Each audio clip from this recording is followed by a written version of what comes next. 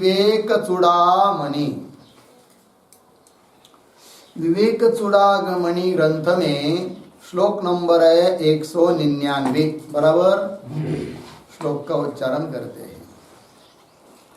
यावद् भ्रान्तिस्तावदेवास्य सत्ता, यावद् भ्रान्तिस्तावदेवास्य सत्ता, मिथ्याज्ञानोज्जृम्भितस्य प्रमादात्, मिथ्याज्ञानोज्जृम्भितस्य प्रमादात्, रज्वां सर्पो भ्रान्तिकालीन एव, रज्वां सर्पो भ्रान्तिकालीन एव, भ्रान्तेर्नाशेनैव सर्पोऽपि तद्वत्, भ्रान्तेर्नाशेनैव सर्पोऽपि तद्वत्, यावद्भ्रान्तिस्तावदेवास्य सत्ता, मिथ्याज्ञानोज्जृम्भितस्य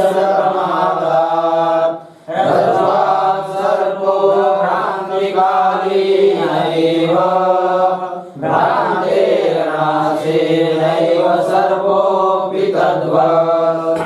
यावत् भ्रांतिः तावत् एव अस्य सत्ता, मिथ्याज्ञान उज्जृम्भितस्य, मिथ्याज्ञानोज्जृम्भितस्य प्रमादात्, रज्वां सर्पः भ्रान्तिकालिनः एव, भ्रान्तेः नाशे न एव सर्पः अपि तद्वत्। ठीक है, अन्वय। यावत् भ्रांतिः तावत् एव अस्य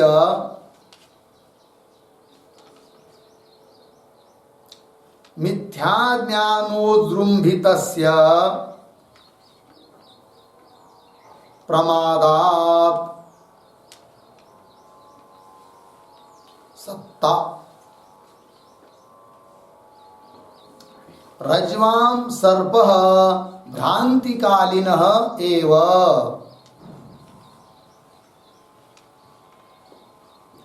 भ्रान्तेः नाशे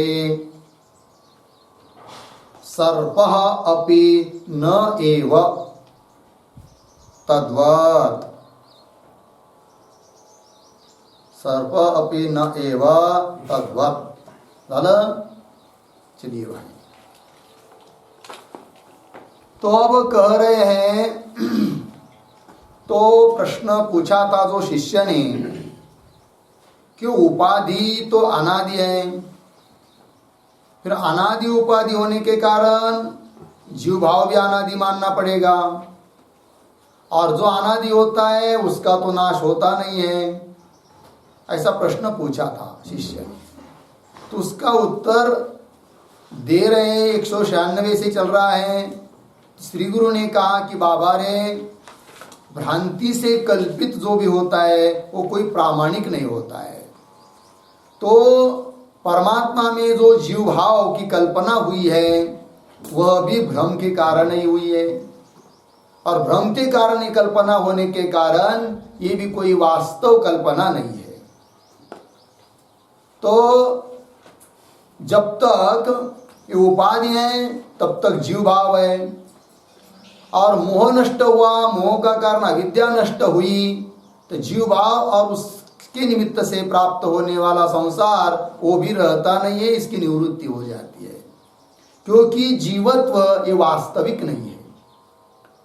198 में अंतिम पाद में कहा था कि मोहापाये अवस्तु स्वभावात् नास्ति एव, मोह नष्ट हुआ तो जीव भाव भी नष्ट हो जाता है, क्योंकि अवस्तु स्वभाव, उसका वो वास्तविक स्वभाव नहीं है। इसी बात का और स्पष्टीकरण कर रहे हैं इस श्लोक में। तो क्या करे जी, तो देखिए, यावत् भ्रांति ही, भ्रांति शब्द का अर्थ है विपरीत ज्ञानम, उल्टा ज्ञान, विपरीत ज्ञान। वस्तु है दूसरी, ज्ञान हो रहा है दूसरा। भ्रांति मतलब विपरीत ज्ञान है। तो देखिए भाई, यावत भ्रांति ही, जब तक भ्रांति है, भ्रम ज्ञान है, अर्थात विपरीत बुद्धि है, तावत एव, तब तक ही अस्य मिथ्या ज्ञानोजृंभितस्य प्रमादात् सत्ता। यावत भ्रांति तावदेव अस्य सत्ता, मुख्य वाक्य हुआ। जब तक भ्रांति है तब तक ही इसकी सत्ता है। अस्य, कस्य अस्य, कौन है वो जो कि जिसकी भ्रम काल में ही सत्ता है, भ्रम निवृत्त होने के बाद सत्ता है नहीं है, अस्तित्व है नहीं है। तो मिथ्या अज्ञान उजृंभितस्य अस्य प्रमादात् सत्ता, सत्ता है। तो बता रहे हैं मिथ्या अज्ञान ऐसा है वो, उजृंभितस्य। क्या अर्थ है इस शब्द का? इस शब्द का अर्थ लिख लीजिए, मिथ्याभूत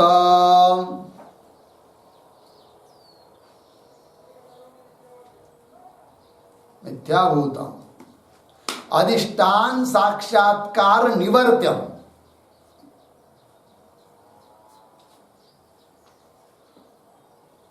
अधिष्ठान साक्षात्कार निवर्त्यम, अर्धविराम, यत् अज्ञानम,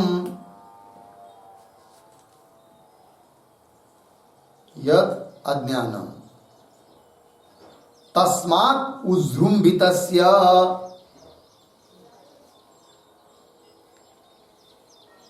उजृंभितस्य बराबर संजनितस्य,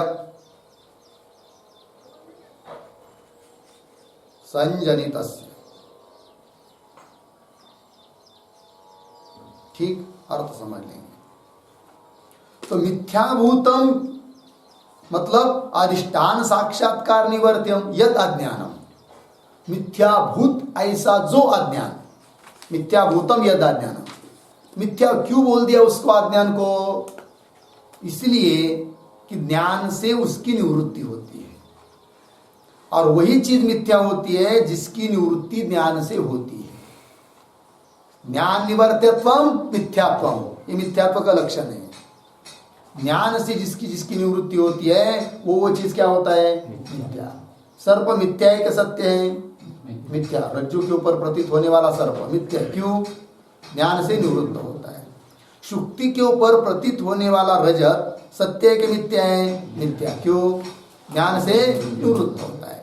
उस प्रकार अज्ञान जो है माया, सो स्वरूप विषयक अज्ञान, वो भी कैसा है? मिथ्या है। क्यों मिथ्या है वो? ज्ञान के द्वारा उसकी निवृत्ति होती है। अधिष्ठान तत्व का ज्ञान हुआ तो उसका अज्ञान रहता नहीं है, तो ज्ञान से निवृत्त होता है, और जो चीज ज्ञान से निवृत्त होती है उसको बोलते हैं क्या? मिथ्या। इसलिए अज्ञान भी क्या हुआ? मिथ्या। तो देखिए पंक्ति, मिथ्याभूतम, मिथ्याभूतम का मतलब लिख दिया अधिष्ठान साक्षात्कार निवर्त्यम। अधिष्ठान का प्रत्यक्ष होने से, साक्षात्कार होने से जो निवृत्त होता है, इसलिए उसको मिथ्या। यद अज्ञानम तस्मात् उजृंभितस्य, उस अज्ञान से उजृंभितस्य, उजृंभितस्य का अर्थ कर दिया संजनितस्य, उत्पन्नस्य इत्यर्थः। अर्थात उस अज्ञान से जो उत्पन्न हुआ है उन चीजों की अस्य सत्ता, कब तक? भ्रांति है तब तक। वाक्य समझ आ रहा है? पंक्ति देखिए श्लोक में, यावत भ्रांति ही, जब तक भ्रांति है तब तक ही, तावत एव, तब तक ही, मिथ्या ज्ञान उजृंभितस्य अस्य प्रमादात् सत्ता। अस्य, अस्य नाम अवस्तुनः, अस्य शब्द का अर्थ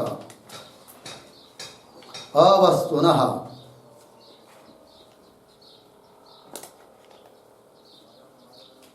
जीवत्वस्य जगतः,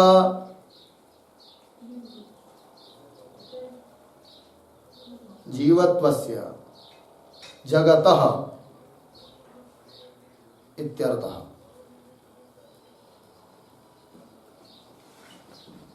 अस्य मतलब अवस्तु, जो वास्तविक नहीं है। ऐसा कौन उदाहरण? जीवत्व। जीवत्व मतलब जीव भाव, जीवपना, ये मिथ्या है। जीव के स्वरूप में अधिष्ठान भूत चैतन्य तो सत्य है क्योंकि वो ब्रह्म ही है, किंतु उपाधि के कारण उसमें जो जीवपना आ गया, जीव भाव आ गया, जिसको हम जीवत्व कह सकते हैं, वो क्या है जी? कल्पित है, मिथ्या है। तो वही लिखा अस्य, और ये जगत ये भी अज्ञान से कल्पित है। और इसकी सत्ता कब तक है? जब तक भ्रांति है तब तक। वो भी कैसी? प्रमादात। प्रमादात का मतलब क्या है? तो प्रमादात का तरीके है अधिष्ठान आरोप्य अविवेकात।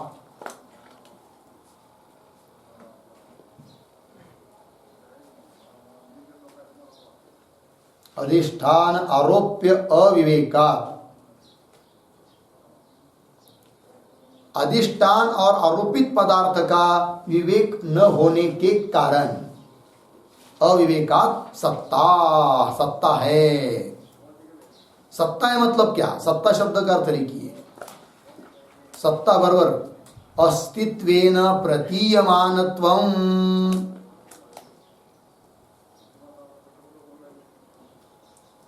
अस्तित्वेन प्रतीयमानत्वम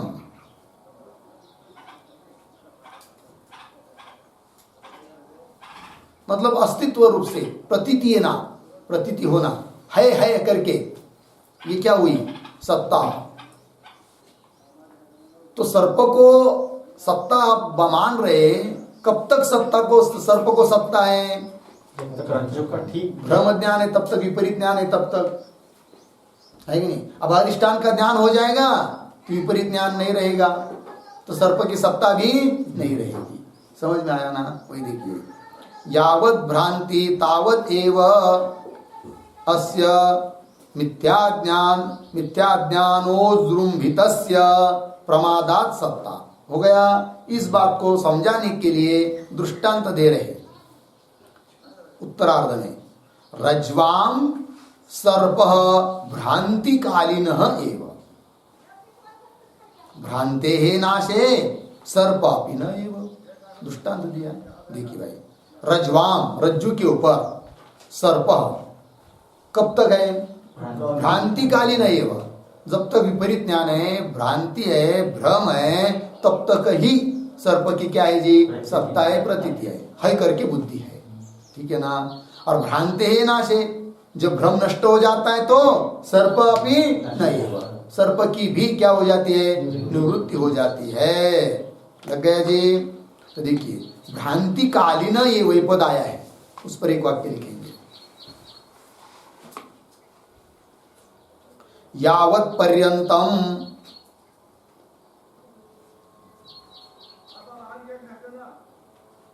यावत् पर्यंतम अयम सर्प इति भ्रांति,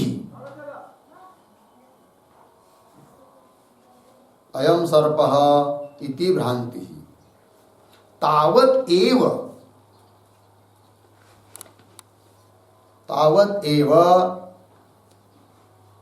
अस्तितया प्रतीयते।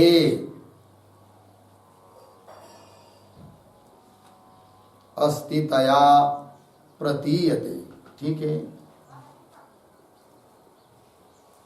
यावत् पर्यंतम अयम सर्प इति भ्रांति, जब तक यह सर्प ऐसी भ्रांति है तब तक ही सर्प के बारे में अस्तित्व रूप से प्रतीति हो रही है, सत्ता है। भ्रांति नष्ट होने के बाद नहीं है। आगे, भ्रांते हे नाशे, मिला ना? भ्रांते हे नाशे, इस पर लिखते वाक्य, नायम सर्पः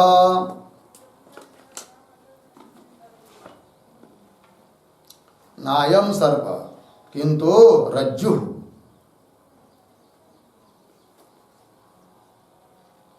किंतु रज्जु इति विशेष दर्शने सति,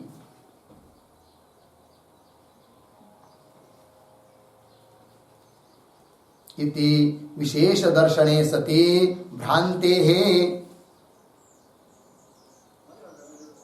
बराबर अयम सर्प इत्याकारिकायाः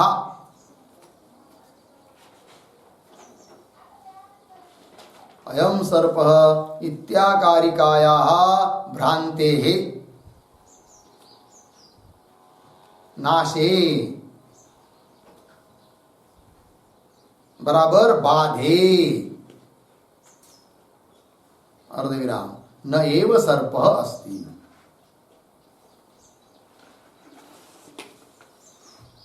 ठीक है, देखिए भैया, नायम सर्प किंतु रज्जु, इस प्रकार का विशेष दर्शन हो गया अधिष्ठान का कि सर्प नहीं है, ये रज्जु है। और ऐसा विशेष दर्शन होने पर भ्रांति ही, भ्रांति नष्ट हो जाती है। कैसी भ्रांति? भ्रांति का स्वरूप क्या है तो बता दिया, अयम सर्प इत्याकारिकाया भ्रांति, इस प्रकार की भ्रांति नाशे अर्थात बाधे, बाध होने पर न एव सर्प अस्ति, सर्प के लिए कोई अस्तित्व नहीं है। फिर क्या है वहां पर? केवल अधिष्ठान रज्जु का ही अस्तित्व है। वैसे तो भ्रम काल में भी अस्तित्व किसका था? रज्जु का ही था।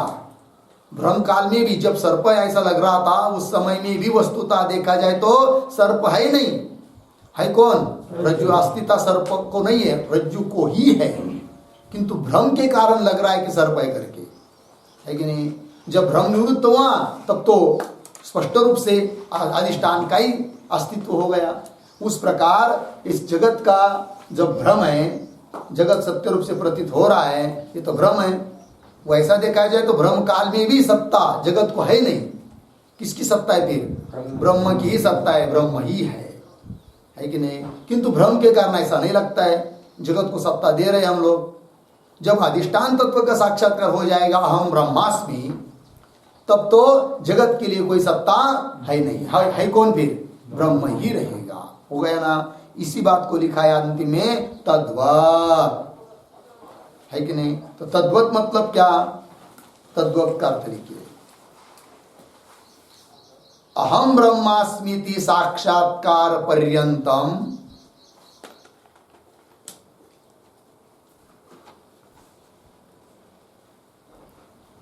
अहम ब्रह्मास्मि इति साक्षात्कार पर्यंतम,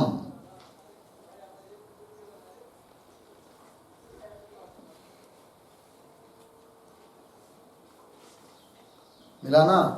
साक्षात्कार पर्यंतम मूल अज्ञान जनित प्रमादात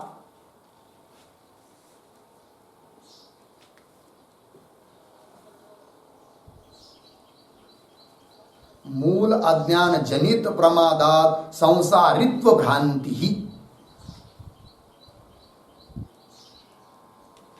संसारित्व भ्रांति ही अर्धविराम। वस्तुतः संसार कदापि नास्ति एव, वस्तुतः संसारः कदापि नास्ति एव।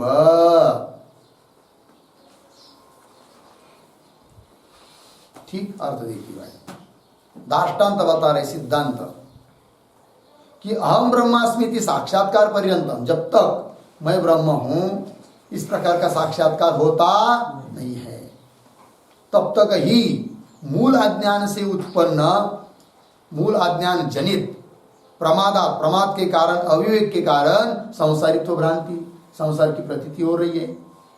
वस्तुतः संसार कदापि नास्ति। वैसा देखा जाए, सूक्ष्म विचार करेंगे तो संसार कदापि नास्ति, संसार है ही नहीं है। लग तो रहा है सर्प है करके, किंतु वस्तुतः क्या?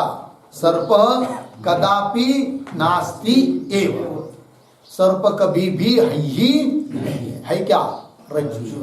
किंतु भ्रम के कारण लगता है कि सर्प है। उसी प्रकार ये जगत लग रहा है, वस्तुतः इसको कुछ सत्ता है नहीं है। क्या है? केवल कौन है? बस मैं हूं, अहम ब्रह्मास्मि।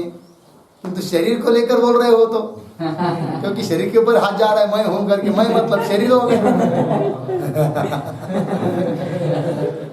शरीर तो संसार के अंतर्गत है कि नहीं?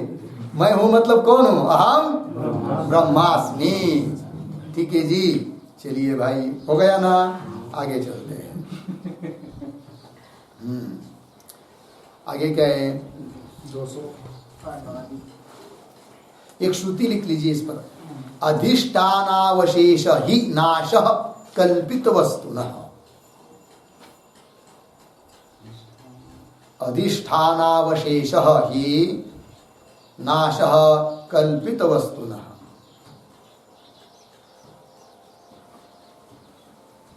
ठीक है।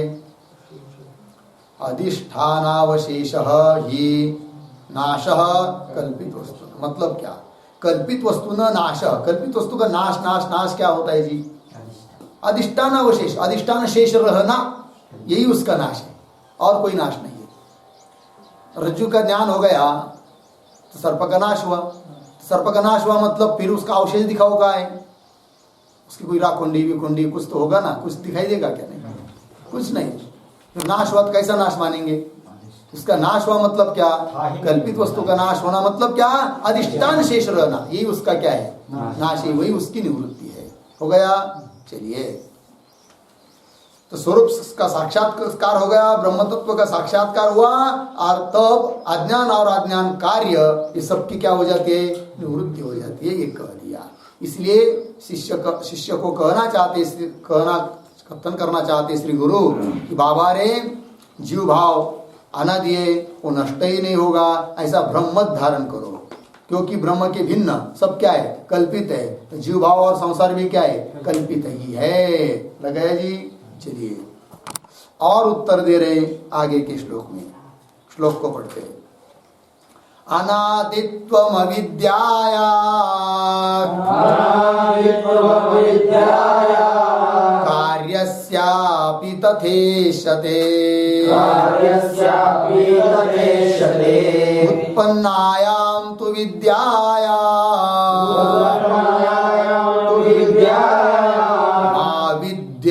विद्यकमनाद्यपि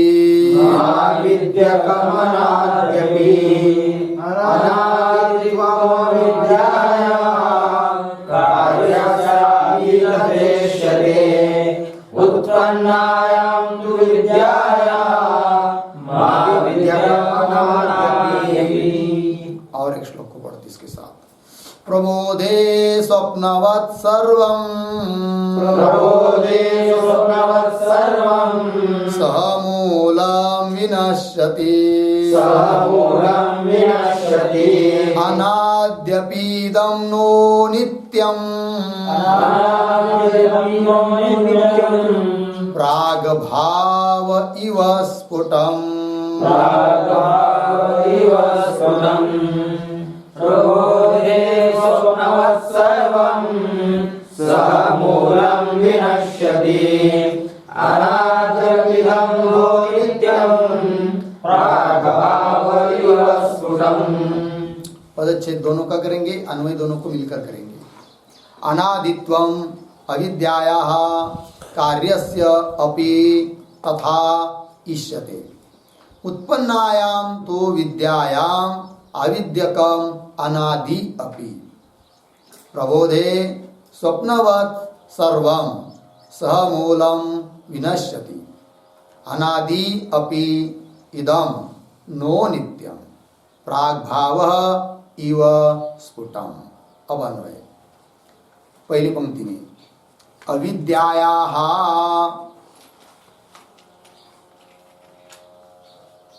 उसी पंक्ति में अंतिम में तथा कार्यस्य अपि, वहीं पर तथा कार्यस्य अपि शुरू से अनादित्वम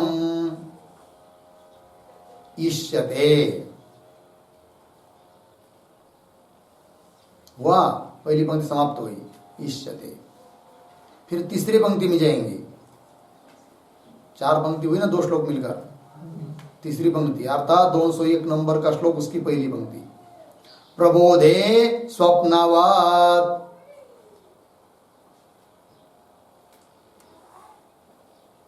ऊपर के पंक्ति में विद्यायाम उत्पन्नायाम तो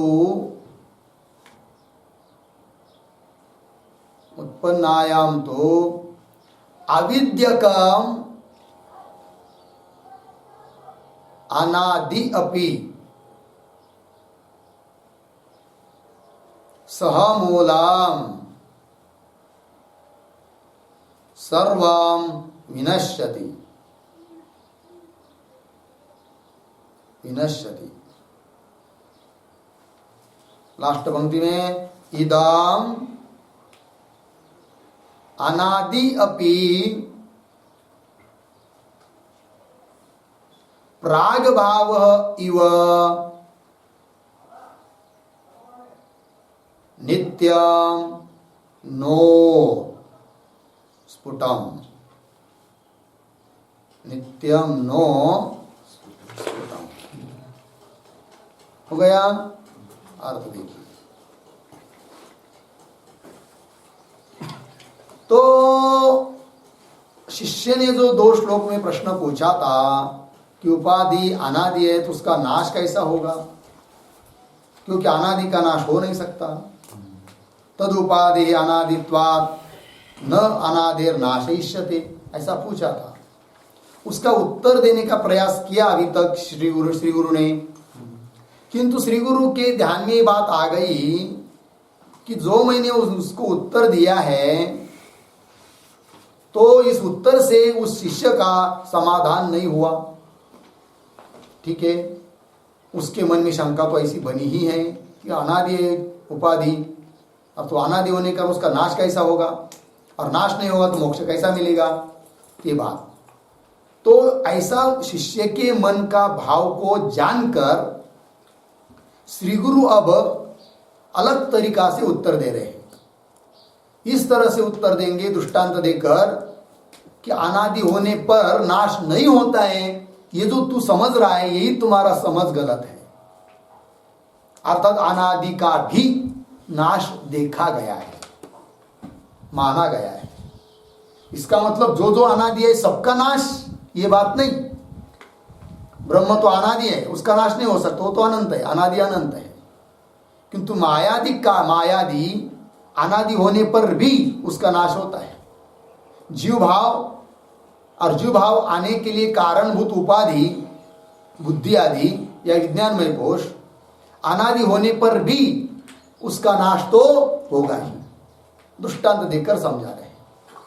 पहले इस जीव भाव को, विज्ञानमय कोश को किंवा बुद्धि को अनादि मानना ही पड़ता है, इसको पहले बता रहे हैं। नहीं तो कोई कह सकता है कि भाई आप उसकी निवृत्ति मानना चाहते हो, जीव भाव की, बुद्धि की, संसार की, तो उसको अनादि क्यों मान रहे हो? अनादि न मत मानो, तब तो निवृत्ति होने के लिए कोई दिक्कत नहीं, कोई आपत्ति भी नहीं है, कोई शंका भी नहीं होगी किसी को। तो तात्पर्य है कि जीव भाव या संसार को तो अनादि मानना ही पड़ता है, किंतु अनादि मानने पर भी उसकी निवृत्ति होती है, ये बात बताना है। ठीक है ना जी? अनादि है इसका मतलब निवृत्ति नहीं होगी, ऐसी बात नहीं है। तो देखिए एक एक पंक्ति को देखते हैं। अविद्यायाः तथा कार्यस्य अपि अनादित्वम इष्यते। अनादि तो मानना ही पड़ता है। क्यों? समझेंगे इस बात को, प्रक्रिया को। पहले शब्दों को देखिए। अविद्यायाः तथा कार्यस्य अपि। कार्यस्य अपि मतलब क्या? तो कार्यस्य अपि का अर्थ लिखिए अविद्यायाः कार्यस्य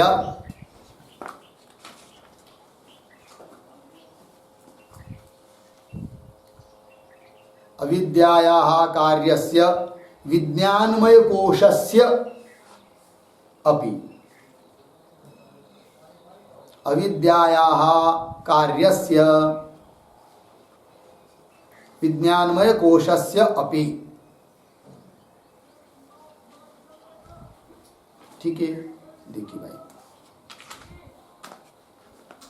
तो अविद्यायाः तथा कार्यस्य, अविद्या और कार्य, कार्य मतलब अविद्या का कार्य। तो अविद्या का कार्य कौन है जी? विज्ञानमय कोश, बुद्धि आदि, जीव की उपाधि, जो कि विज्ञानमय कोश के अंतर्गत है ही नहीं। वे तो क्या जी? अनादित्व निश्चित, उनको अनादि मानना पड़ता है। बोलेंगे क्यों? क्यों अनादि मानेंगे उसको? तो ध्यान दीजिए, थोड़ा समझते हैं इस बात को। ये जो जगत है दिखने वाला, ये भी प्रवाह रूप से क्या है? अनादि है। और अविद्या, जीव, ईश्वर, इनका भेद, ये भी क्या माने गए हैं? अनादि माने गए। अब ये जो दिखने वाला जगत है वो एक ही रूप से कि विचित्र रूप से? बताइए। विचित्र रूप से। कोई मनुष्य है, कोई गधा है, कोई घोड़ा है, कोई पशु है, कोई पक्षी है। जीव अलग अलग बने कि नहीं? इस सृष्टि में एक ही प्रकार के जीव है, ऐसा कुछ है क्या? नहीं है, अलग अलग है। कोई पेड़ पौधा बन गया, कोई कुछ बन गया है। एक बात, मनुष्य, तो मनुष्यों में भी एक जैसे के सब नहीं है। हर एक मनुष्य क्या है? विचित्र है, अलग अलग है। ये एक दूसरे के साथ मिल ही नहीं सकता। क्या अच्छा आश्चर्य भगवान का दिखे ना, ये क्या सृष्टि है कि नहीं? सबको सब चीज है, आंख, कान, नाक, मुंह सब है, लेकिन एक दूसरे के साथ मिलता नहीं है। वो शरीर और वो चेहरा आदि वो मिलना तो बहुत दूर की बात रही। ये जो होता है ना, क्या बोलते इसको? अंगूठा, थम्स, क्या बोलते हैं? फिंगर। वो तो इतनी सी जगह है, 1 इंच भी नहीं होगी, और उसमें रेशा है। लेकिन कितनी करोड़ जनता है भारत में? 130 के आसपास, 135 करोड़ है। ये एक दूसरे के साथ मिलता नहीं है। क्या आश्चर्य है। कैसी कंपनी बनाई भगवान ने, ऐसी कोई कंपनी नहीं होगी दुनिया में, है नहीं? ताला बनाती है ना कंपनी, उसमें भी निकल कभी कभी नहीं, कहीं निकलता है कि नहीं? कितने बदल कर करके कितने करेंगे? एक दूसरे के साथ मिले जाते हैं कहीं न कहीं, तो मिल ही जाता। और क्या है। लेकिन इतने सब जगह आंख मिलने, आंख के जो नक्शे है ना वो निकलते हैं। क्या उसका आधार कार्ड निकालना होता है ना, तो वो स्कैन करते आंख का, इस थम्स का। एक दूसरे के साथ मिलता नहीं है। क्या आश्चर्य है। इसी को कहते हैं अघटित घटना पटियसी। बहुत विचित्र है। कहने का तात्पर्य है कि जगत कैसा है जी? आप देखिए, जगत का उपादान कारण मूल कौन है? अविद्या। अविद्या तो एक ही है। अविद्या, ध्यान दीजिए इधर, उधर मत देखिए। अविद्या कितनी है? एक तरह की है वो। और इस जगत को बनाने वाला ईश्वर, वो तो परम दयालु है, अत्यंत दयालु है वो, है कि नहीं? ईश्वर दयालु है, उपादान कारण जगत की अविद्या है, फिर जगत में विचित्रता क्यों आ गई बताओ? उपादान करने के ना, तो क्या मानना पड़ेगा फिर? तो कुछ तो वैशिष्ट, कुछ तो कारण मानना पड़ेगा ना, कि जिसके कारण इस जगत में विचित्रता आई है। ठीक है ना? जैसे उदाहरण, एक ही जमीन है कि नहीं? मतलब यही दांड है, एक ही, क्या बोलते उसको? वाफा है, पाट है, नहर है, एक ही है वो। और उसमें बहुत सारी चीज लगा दिया, मिर्ची लगा दिया, टमाटर लगा दिया, एक पेड़ टमाटर का लगा दिया, उसी के बगल में एक पेड़ लगा दिया मिर्ची का, एक पेड़ लगा दिया गन्ना का। पानी एक ही है, जमीन एक ही है, लेकिन मिर्ची को खाएंगे तो तीखा लगेगा और गन्ना को खाएंगे तो मीठा लगेगा। क्यों? पानी एक ही है, जमीन एक ही है, ऐसा क्यों हो रहा है? इसका मतलब वो उपाधि रूप जो बीज है उसमें क्या है? विचित्रता है, अलग अलग उसका वैशिष्ट्य है। ठीक है ना? उसी प्रकार माया एक है, ईश्वर एक है, और ईश्वर दयालु है, सबके ऊपर दया करता है क्योंकि सब उसी के अंश है। तो भी इस जगत को विचित्र बनाए, इसका मतलब इस विचित्रता के लिए कारण कौन? जीवों की उपाधि है बुद्धि, वो अलग अलग है। अब प्रश्न आएगा कि बुद्धि वो भी तो अविद्या का कार्य है, उसमें क्या वैशिष्ट्य ऐसा अलग अलग हो गया? कोई पेड़ बन गया, कोई पशु बन गया, कोई कुछ बन गया, ऐसा क्यों हो रहा है? तो देखिए भाई, तो वो जो बुद्धि है उसमें संस्कार बैठे हुए हैं, अदृष्ट रूप संस्कार बैठे हुए हैं, कर्म जिसको कहेंगे, है कि नहीं? तो जिस जीव ने पिछले जन्म में या कभी के जन्म में जैसा कर्म किया रहेगा, उस कर्म के अनुसार उसके क्या उत्पन्न हुए? पाप पुण्य, धर्म अधर्म, है कि नहीं? और वो धर्म अधर्म कर्म विचित्र है, अलग अलग है। कोई नहीं, कोई कुछ कर्म किया, किसी ने कुछ कर्म किया। कोई उठा तो 5 बजे जाकर किचन में जाकर काकड़ा कर रहा है, काकड़ा बोल रहा है। कोई जाकर राठौर जी के रूम में अथर्वशीर्ष बोल रहा है, कोई सो रहा है, कोई स्नान ध्यान उपासना कर रहा है, अलग अलग। कहने का तात्पर्य हर एक जीव के कर्म कैसे है, अलग अलग है। और कर्म अलग अलग है तो उस कर्म के अनुसार धर्माधर्म भी अलग अलग है। और वो धर्माधर्म बैठे कहाँ पर, बुद्धि में। तो धर्माधर्म रूप संस्कार का आश्रय कौन हुई, बुद्धि हुई, ठीक है ना। और वो बुद्धि अलग अलग है सबकी। बुद्धि में अलग अलगता क्यों है, उसके उसके संस्कार अलग अलग है कि नहीं। इसका मतलब वर्तमान काल में जो शरीर जिस जीव को प्राप्त हुआ है, इसके पहले जब था वो मनुष्य आदि शरीर में, जब उसने धर्माधर्म की, इसका मतलब पहले था वो, तभी तो कर्म बने किए ना, कर्म किए, उसके संस्कार रहे और उसके अनुसार क्या हुआ, बदल हुआ। और जिस समय इसके पहले जो उसका जन्म होगा, उसमें उस समय में भी तो विचित्रता होगी ना। उसके लिए कारण कौन, फिर उसके पीछे के संस्कार। उसके लिए कारण कौन, उसके पीछे के संस्कार। ऐसा करते जाएंगे तो कब तक जाएंगे, इसका कोई ठाव नहीं है, सीमा नहीं है। अर्थात क्या हुआ, अनादि। अनादित्व सिद्ध हुआ कि नहीं। इस प्रकार से इस कारण बुद्धि आदि उपाधि को क्या मानना पड़ता है जी, अनादि ही मानना पड़ता है। और बुद्धि अनादि है तो बुद्धि का कारण जो अविद्या, वो भी कैसी हुई, अनादि हुई।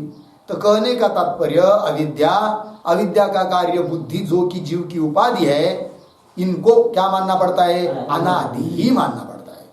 फिर वही इसी बात को लेकर प्रश्न किया था शिष्य ने, यदि अनादि है तो अनादि का नाश तो होता नहीं है, और नाश नहीं होता है तो मोक्ष कैसा मिलेगा, ये प्रश्न था उसका सीधा सीधा। तो अनादित्व तो सिद्धांतियों ने भी मान लिया। बुद्धि आदि जो जीव की उपाधि वो क्या है, अनादि है, ये प्रक्रिया के कारण मानना ही पड़ता है। लेकिन अब उसको उत्तर देना है कि भाई अनादि होने पर भी उसकी निवृत्ति होती है। ये दृष्टांत से समझाएंगे। लगा पंक्ति देखिए, अविद्यायाः तथा कार्यस्य अपि अनादित्वम इष्यते। अनादित्व माना जाता है। लगा पंक्ति, आगे देखिए, आगे क्या है, प्रबोधे स्वप्नवत्, ये दृष्टांत है। और एक दृष्टांत देंगे प्राग भाव का। तो प्रबोधे का अर्थ लिखिए, निद्राम त्यक्त्वा जागरे प्राप्ते सति।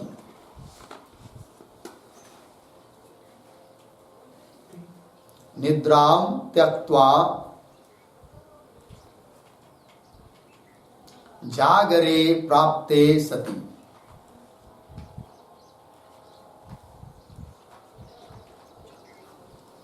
जागरे प्राप्ते सति हुआ, प्रबोधि करते जागृत अवस्था। समझ लीजिए, ध्यान दीजिए, स्वप्न में हम लोग है, स्वप्न अवस्था है।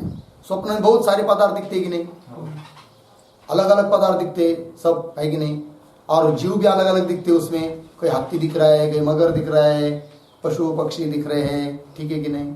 किंतु स्वप्नावस्था से जब जागृत अवस्था में हम लोग आते हैं तो स्वप्न कुछ बचता है क्या, सबकी क्या हो जाती है, निवृत्ति हो जाती है। और जब हम लोग स्वप्न में हैं तो पूछा जाएगा कि स्वप्न कब से हैं, तो कोई बता सकते हैं क्या, नहीं। ऐसा लगता है कि अनादिकाल से ऐसा ही चलता आ रहा है। तो भी उसकी निवृत्ति होती है कब, जागृत अवस्था में आने पर।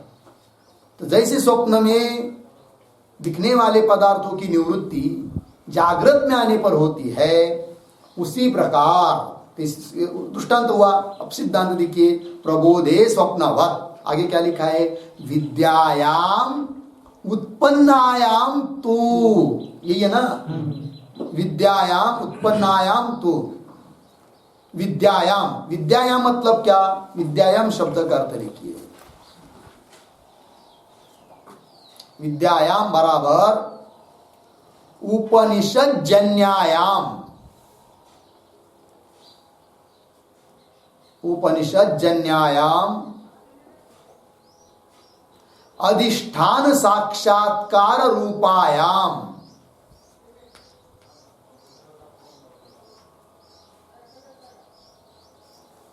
अधिष्ठान साक्षात्कार रूपायाम प्रमायाम उत्पन्नायाम सत्याम।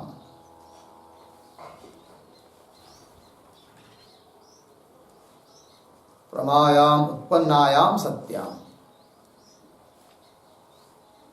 ठीक है, अर्थ देखिए भाई। विद्यायाम, विद्या मतलब क्या? उपनिषद जन्यायाम, उपनिषद से, उपनिषद मतलब वेदांत है कि नहीं? वेदांत शास्त्र सुनने से उत्पन्न हुई जो विद्या, कौन विद्या? अधिष्ठान साक्षात्कार रूपायाम, अधिष्ठान तत्व का साक्षात्कार मतलब प्रत्यक्ष होना, यही क्या है? विद्या। जीव ब्रह्म का अभेद निश्चय, अधिष्ठान तत्व का साक्षात्कार, अहम ब्रह्मास्मि, इस प्रकार का साक्षात्कार। उपनिषद जन्यायाम अधिष्ठान साक्षात्कार साक्षात्कार रूपायाम प्रमायाम उत्पन्नायाम, इस प्रकार की प्रमारूप विद्या उत्पन्न होने पर ध्यान दीजिए तो क्या होता है? तो विद्यायाम उत्पन्नायाम तू अविद्यकम अनादि अपि, अविद्यकम मतलब अविद्या का कार्य, अविद्यकम का अर्थ लिखिए अविद्या प्रयोज्यम अविद्यकम,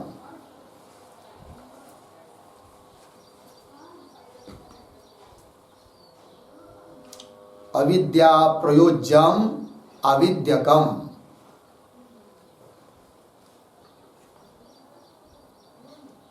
अविद्या प्रयोज्य, अविद्या से होने वाला जो है उसको कहते हैं अविद्यकम। तो ये सब जगत, जीव भाव, ये सब क्या है जी? अविद्यक है।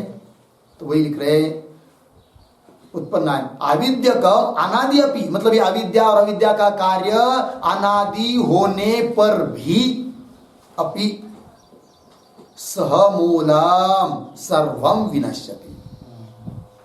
लग गया जी? सहमूलम मतलब मूल सहित सबका सब क्या हो जाता है? निवृत्त हो जाता है। ठीक है ना जी?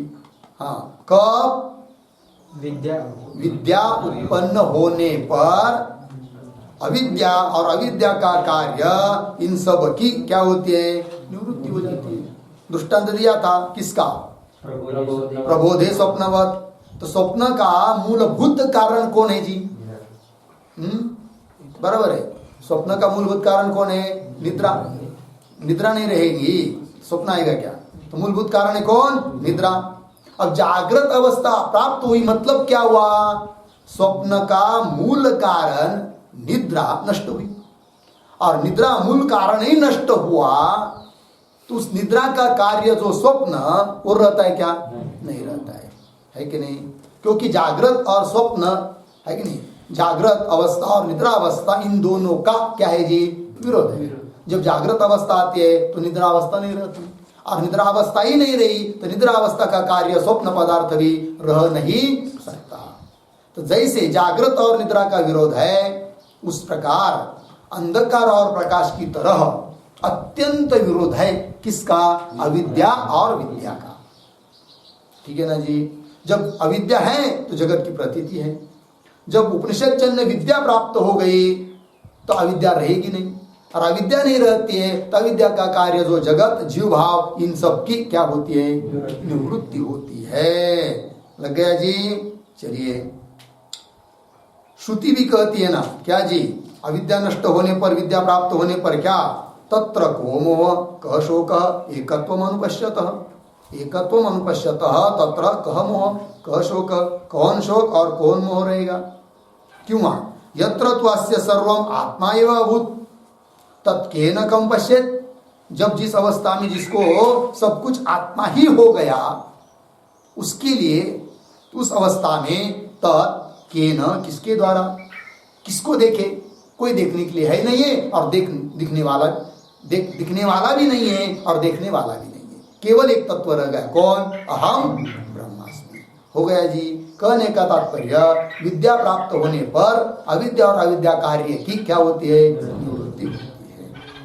तो अनादि पदार्थ की निवृत्ति होती है, इसके लिए दृष्टांत दे रहे अन्य दार्शनिकों का दृष्टांत। कैसा दृष्टांत दे रहे हैं? देखिए, समूलम सर्वविनश्यति हो गया ना, आगे दे रहे हैं इदम। इदम का अर्थ लिखिए अविद्या तत्कार्यम च।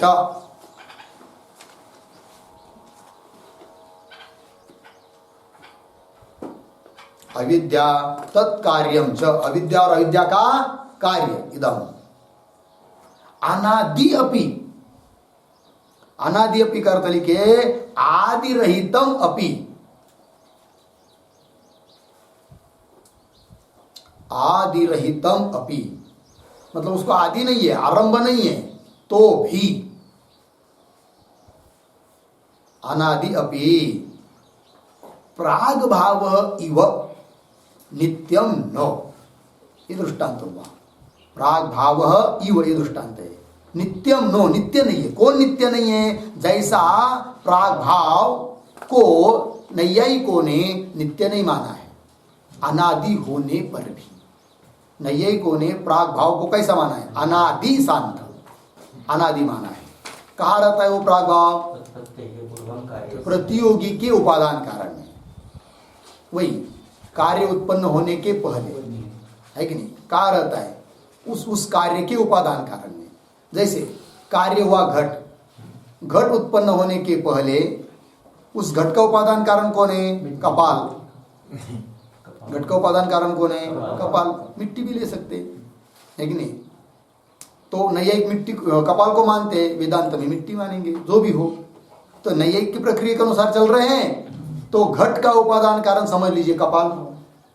उस कपाल मतलब घट है क्या? नहीं। तो कपाल में घट का क्या है? अभाव। कौन सा अभाव है? प्राग अभाव, पूर्व का अभाव, उत्पन्न होने के पहले का अभाव है, जिसको प्राग भाव कहते हैं।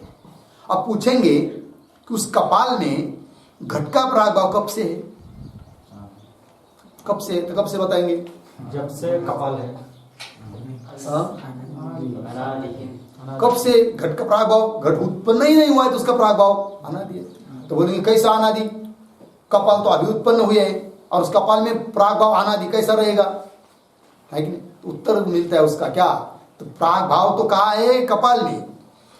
किंतु कपाल उत्पन्न होने के पहले वो कपालिका में है। कपाल के अवयव छोटे छोटे कपालिका, उसमें कपालिका उत्पन्न होने के पहले द्वनुक, त्रेणुक, द्वनुक, परमाणु। परमाणु तो अनादि है। तो उस परमाणु में परमाणु अनादि है, तो उसमें घट का प्राग भाव कैसा? कब से? अनादिकाल से, क्योंकि घट उत्पन्न नहीं हुआ तो उसका पहले आप वही अनादि माना है। किंतु फिर उसका नाश नहीं होता ऐसा माना है क्या उन्होंने? नहीं।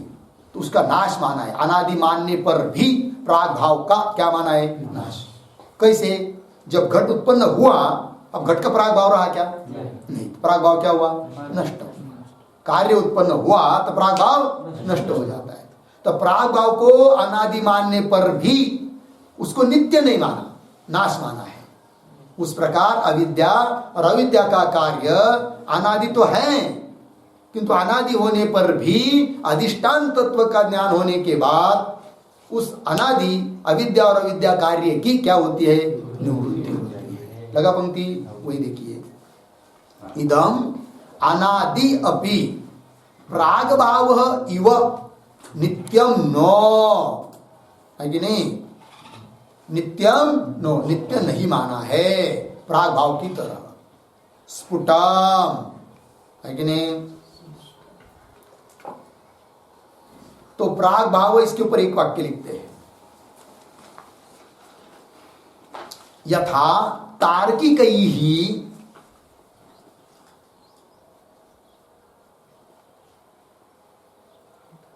यथा तार्किकैः उत्पत्ति शून्यत्वेन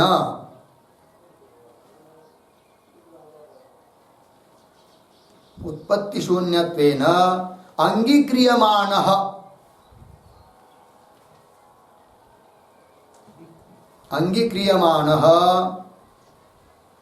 प्राग भावः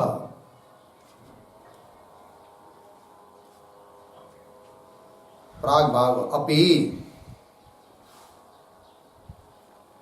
तत्प्रतियोगिनी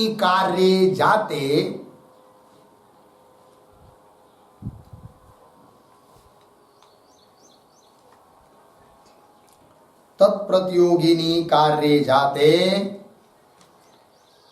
नश्यति इति अंगीक्रियते।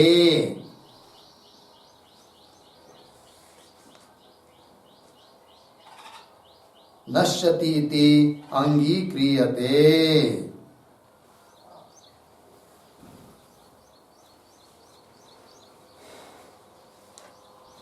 हो गया जी। देखिए अर्थ, यथा जिस प्रकार तार्किक नैयायिक लोगों ने उत्पत्ति शून्यत्वे न, प्राग भाव की उत्पत्ति नहीं माना है उन्होंने, उत्पत्ति शून्य है वो, अर्थात कैसा है, अनादि है कि नहीं। उत्पत्ति नहीं मतलब क्या है, अनादि है, आदि नहीं है। तो उत्पत्ति शून्यत्वे न अंगीक्रियमाण अपि प्राग भाव, स्वीकार किया हुआ प्राग भाव भी नष्ट माना है। तत्प्रतियोगिनी, घट का प्राग भाव, प्रतियोगी कौन, घट, यस्य अभाव स प्रतियोगी, घट का प्राग भाव, उस प्राग भाव का प्रतियोगी घट, पट का प्राग भाव, उस प्राग भाव का प्रतियोगी पट। जब पट उत्पन्न होता है, क्यों घट उत्पन्न होता है, तो प्राग भाव नष्ट होता है। तत्प्रतियोगिनी कार्य जाते नश्यति, क नश्यति, प्राग भाव इति अंगीक्रियते, ऐसा माना है। उसी प्रकार वेदांतियों ने भी अज्ञान है कि नहीं, अर्थात माया और माया का कार्य बुद्धि आदि जो कि जीव की उपाधि है, वे सब अनादि मानने पर भी तत्व ज्ञान होने पर उनकी क्या मानी है, निवृत्ति मानी है। वही लिखा, प्राग भाव इव नित्यम न स्फुटम स्फुटम स्पष्टम, ये बात स्पष्ट है। हो गया। तो शिष्य की जो शंका थी अनादि है जीव भाव, उसकी निवृत्ति कैसी होगी, उसका उत्तर दे दिया, भाई अनादि होने पर भी तत्व ज्ञान होने पर उसकी निवृत्ति हो जाती है। हो गया। बस आगे का विचार करते हैं।